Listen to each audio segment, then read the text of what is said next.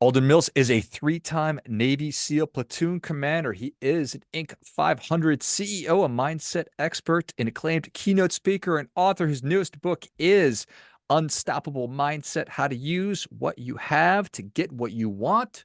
Welcome back to the show, Alden. George, it's great to be back, and I'm honored. I'm hoping everyone today gets something out of this that helps them get more out of the life they want. I love it. Refresh our memories. It's been a little bit. Tell us about your personal lives, more about your work, and what motivated you to write the new book. What always motivates me to write a book, this is my third book, every time I get stuck, has to do with my four boys. So my boys are now a couple years older since the last time. Their ages 14 to 20. And, I always look at that as the first leadership opportunity, being a parent. But that other piece of leadership was a real driving point for why I wrote the book. I spend a lot of time on stage around the world talking about what I call the three levels of leadership. And they are leading yourself, then leading teams, and then leading the organization. They stack on each other. And when I wrote my first book, Be Unstoppable, that was really a parable for my four boys when they were much younger. And the Unstoppable Mindset book is the precursor to Unstoppable Teams. It's all about leading yourself. And what I've found over the last 10 years being on stage speaking to these audiences were people got the concept of leading the team, but they were missing the point about leading themselves and how they can take control of the few controllables we have. And the more they learn to lead those controllables, the better they have the opportunity to change their destiny and what they're looking for out of life. And that's where I've really rolled up my sleeves and offered a lot of practical guidance, some of which some people may say, well, that's not that complicated. No, it's just hard at times to build out the routines to change the thought process, to improve our focus, to shift a limiting belief into an empowering one. And that's what the book's about. I love it. So, how much is it possible to break down? Is it nature? Is it nurture? Is it hardwired into us? Is it learned? You know, I actually opened the book with a story that I really think kind of calls out the nature versus nurture. People, when they hear, like, oh, you were in the SEALs and you created these businesses and you did this in college athletics, I can't relate with you. Hmm. And the first thing I have to remind her is, whoa, whoa, I have failed way more than I've succeeded. And by the way, I was starting off in life being told that I needed to lead a less active lifestyle. And let me just share this first story to kind of set the groundwork for folks. 12 years old, I'd been bedridden for about 30 days. They thought I had spinal meningitis. I had to go get a spinal tap as a 12-year-old. That was an uncomfortable experience. I did not have spinal meningitis, but I this was my third time having pneumonia. I get sent to the big city of Worcester, Massachusetts. Now, I grew up in a small mill town in central Mass, and there was a pulmonologist there, a lung doctor, and the guy looked like a older Danny DeVito, right? Bald scalp, white wispy hair. He looked like he was constantly smelling sour milk and had these Coke bottle glasses where his eyes appeared larger than they actually were. And he talked in a nasally New England accent. And when you walked into his office, it wasn't a normal doctor's office. It had all these different machines to blow into and inhale into, checking the size of your lungs and those things. And after a while, he stopped and he goes, I see the problem here, Mrs. Mills. My mom's with me. And we moved to the central desk in his office, and he flips this chart and he says, you see this line here? This is an average size 12-year-old boy's lungs. And he goes, your son, he's way down here. And he's pointing way below this uh, angled line. He was born with smaller than average sized lungs. And then he flips the chart and he goes, and you see this line here. This is airflow for a 12-year-old boy's lungs. And my corresponding dot is way below that again. And he's like, that's because he has asthma. You see, here's what's going to happen. He's going to take medicine for the rest of his life, and he needs to lead a less active lifestyle. I suggest the game of chess. My mom saw my body position, immediately go into a defeated look, chin drops to the chest, and she taps me on the shoulder and says, why don't you go wait in the lobby? I'll talk to the good doctor from here. By the time she comes out, I'm having a full pity party, crocodile tears, making pools on the brown linoleum floor. And she comes out in that offensive hand position, hands on her hips, kicks my foot. What's wrong with you? I look up at her. I'm like, Mom, chess? I'm terrible at checkers. How am I going to learn how to play that? And Mom had these long French cuticle nails that she would file to grip when she needed to get the attention of me or my brother. And she dropped to a knee and dug that velociraptor claw on her forearm. And she's like, you look at me. Now I'll get you that medicine, but nobody defines what you can or can't do. But you're going to have to decide this. What is it you want to do? And of course, I didn't get it that day, right? I just wanted her to release. And she made me say it back to her a couple of times. And I didn't get it that week, but I did start to get it over time. I went out and played basketball. The only bucket I ever scored was against my own team. I was so excited I got the ball. Forgot where I was on the court, scored against my team. But she was like, hey, you scored. Go try another sport. And that nurture led to trying new things, even if I wasn't that good at it. Incidentally, I scored against my own team in 4 different sports: lacrosse, hockey, soccer, and basketball. So I'm going to tell you, I failed a lot. Not easy. I found a sport that worked, sitting on my butt, going backwards as a rower. But when you bring up this idea about nurture versus nature, I would really argue there's a lot of nurture that's going on. Sure, there was a nature of me wanting to go do something, right? I don't think people can just manufacture what they want to go do unless it's really passionate to them, unless they're in alignment with something inside themselves and their heart that makes their heart sing. But I do say there's a lot of nurture if you've got a will for something that you're excited about, the will for you to create this podcast and to do the number of interviews you've done. When you may have first started, like, could I ever get to that place? There's a nurture of yourself, reminding yourself daily, and the feedback you get from others. And you've got to supply the passion, and you've got to help yourself figure out the purpose. But there's a nurture element that comes, and it's very important. And how you lead yourself to who I want to listen to what I want to tell myself, to where I put my focus, to deciding what I want to believe in, those are all up to you, to any one of us. And that's what this book calls out and gives you a series of tools and techniques to take control of those controllables to help you get what you really want. That's an awesome story.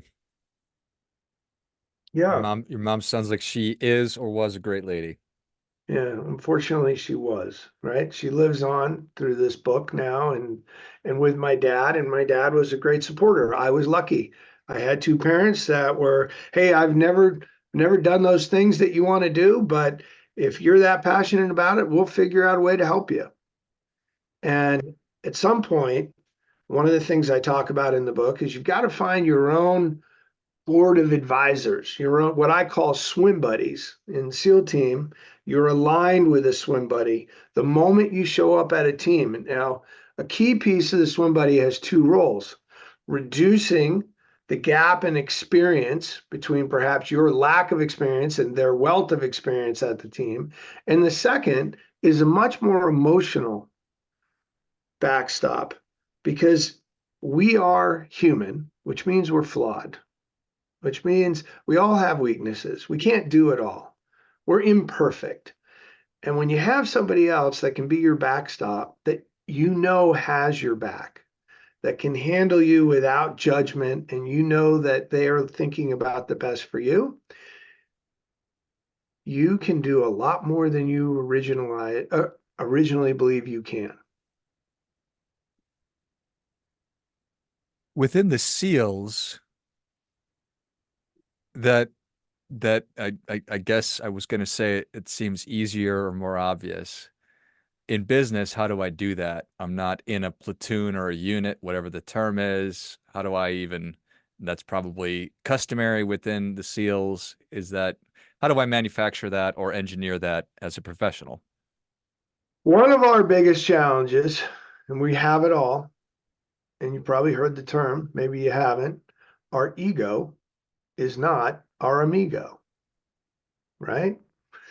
And one of the first things that we need to learn is to put check on our ego. And so let's say I'm the young person showing up at the new place. And let's say, hey, I really want to get to this position. I want to learn and have this knowledge in that particular position. First stop, seek out that person that already has it, that's up there, that's been there. Ask that person for advice. Build a relationship with that person. Eventually getting to the point of like, hey, I'm looking for some mentorship. I'll buy you a cup of coffee once a month. Could you talk to me about how you did this? It might sound really simple to do that, but to go ask for somebody's help and admit that you don't know it all, especially at a young age, can be a really difficult thing to do. If you're the senior person, appreciate that one of the great things you can do to help retain folks is by one, making them feel valued, and two, educating them, which means educating them with on the job training is bringing in people that are senior to them to help close that senior experience gap. And so from one side, you got to ask for it. From the other side, you got to offer it. I appreciate that. So this is not complicated, it's just hard. Developing new habits and routines. I think about waking up early in the morning and knowing that I need to get out of bed and go get my exercise in, get my day started. And I do it 99 times out of 100. I really do. But I think what animates and motivates me is more from a negative chip on my shoulder than it is positive. Do you understand what I'm saying? And 100%. what is that from? Is that true of you and others? So let me ask you a question. Yes. If the source of fuel at times is the negative of, well, I don't want that to happen, therefore I'm going to do that. Is that a negative or a positive? That it drives you to get something done that you otherwise wouldn't have done. It just did it, so I guess it's good. It's good, right? In the focus chapter, I offer up, by the way, I love acronyms. I particularly like acronyms that people can remember because that's why you like to use it. I turn focus into an acronym of 5 different focus tools. The O stands for own the outcome. And I introduce people to the outcome account. Now, I was terrible at accounting class, but one of the things I remember from accounting class was the T account. And all I want you to think about is a large capital T. On the very top of the T, you write your goal. And maybe your goal is, hey, I want to lose 20 pounds and I need to get up at 5:30 in the morning to do a 30-minute or an hour workout, right? On Underneath that, on the left-hand side of the ledger, I want you to write a plus, and on the right-hand side, I want you to write a minus, and then answer these questions. Number one, What is the positive outcome? I'm writing this under the positive side. If I achieve this goal that I've written up above. Number two, who does it impact if I achieve this goal? And number three, how does it make me feel? Do exactly the same thing, but on the negative side, on the other side of the ledger. If I don't achieve this goal and remain 20 pounds overweight, what happens? What don't I get to enjoy? Who does that impact over time? And how does that make me feel? Now, this is breaking down the building blocks of an envisioning process to see you in a future state of your outcome. What I offer up people is that many times the negative creates such a compelling story that you're like, you know what? I don't want to star in that movie because the outcome account builds out what I call an outcome movie. And when you build the movie out, you can replay that as many times as you want. And I use that unbeknownst to me going through SEAL training. Like, you know what? I know what happens if I ring that bell. I don't want to go through life saying I woulda, shoulda, coulda. And that was a powerful motivator, which in that case, ironically, the negative became a positive fuel to help me push forward. I love that. That is an Well, I awesome love the exercise question. right Thank there. you, George. Uh, that is awesome. It is the outcome movie, and you just need to do the exercise the one time, and it is super simple and so powerful because that is sticky and it stays with you. It's not obvious though. It's obvious once you think about it and once you write it Yeah. down, but what a powerful thing to go through the upside and then the downside. You know, And the George, upside, um, you said you said you repeated a comment I said earlier about, well, it's not complicated, it's just hard, right? That's actually from another story in one of the lead instructors in our SEAL training. And it's a key story in the second chapter. And he pulls us all together before we start SEAL training, and we have to take this PT test, a physical training test, for the fifth time. And if you pass it this fifth time, by the way, everyone's already passed it four times, right? And he talked like this, and he said, "Candidates of the class of 181, you all want to know the secret of making it through Navy SEAL training," right? And there's 122 of us all lined up in neat military rows. And he's like, "Well, come on, break ranks, gather around." And we're all like huddled around him like a campfire to get free s'mores. And he says, "Well, that's secret. Well, it ain't complicated. It's hard, but it ain't complicated. You see, you just have to decide what you're going to think about. Are you going to think about the pain of training? Or are you going to think about the pleasure that training can provide you?"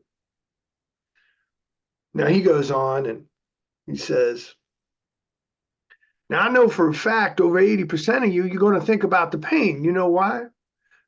Because you all been thinking about being a SEAL on a sunny day. And you see, that's a rub. You see, a country, she don't need SEALs on sunny days. She needs them on scary days." And he goes on and for a while, but the point of the story, and I'm truncating it for our conversation today, is that that's our first leadership decision. It's our leadership decision to decide what we want to think about. That's in our wheelhouse, not somebody else's. Yeah, okay. Yeah, it's painful. I'm cold, I'm tired, I'm hungry, whatever those pains are. But those are short-term pains. We get to think about, if we want to stay focused on that, we get more of that back, right? We get more cold if we think about how cold we are. But if we start thinking about, hey, this is why I'm doing this, and this is what this could afford me, and this is what I'll feel like at some other place, well, guess what? You can start to feel that right now. We have that power. That's up to us. But as you mentioned, We have to pump the brakes, and we gotta think about that for a moment. We gotta reorientate ourselves. And that's what this book does, is it helps you pump the brakes, think about it, reorient yourself, and then get after it and open the tools that are already inside of you to go get what you want. I love it. Pump the brakes, reorientate, go get what you want. Alden, thank you so much for coming back on the show. Where can people learn more about you? They're part of an organization or a conference that's looking for a speaker. How can they reach out? And finally, where can people get their copy of Unstoppable Mindset, how to use what you have to get what you want? They can come to my website, alden-mills.com, and the books are available at every local bookstore, from the indies to the Barnes and Nobles to the Amazons of the world. So thank Beautiful. you for having me, George, and I really appreciate what you do.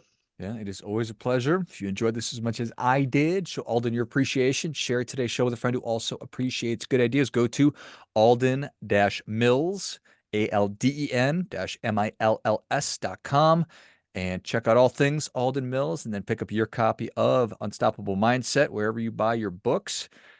And we could all pump the brakes from time to time, get reorientated, and then get back to going after what it is that we want. Thanks again, Alden. Thank you, George. Take Until, care. until next time, remember, do your part by doing your best.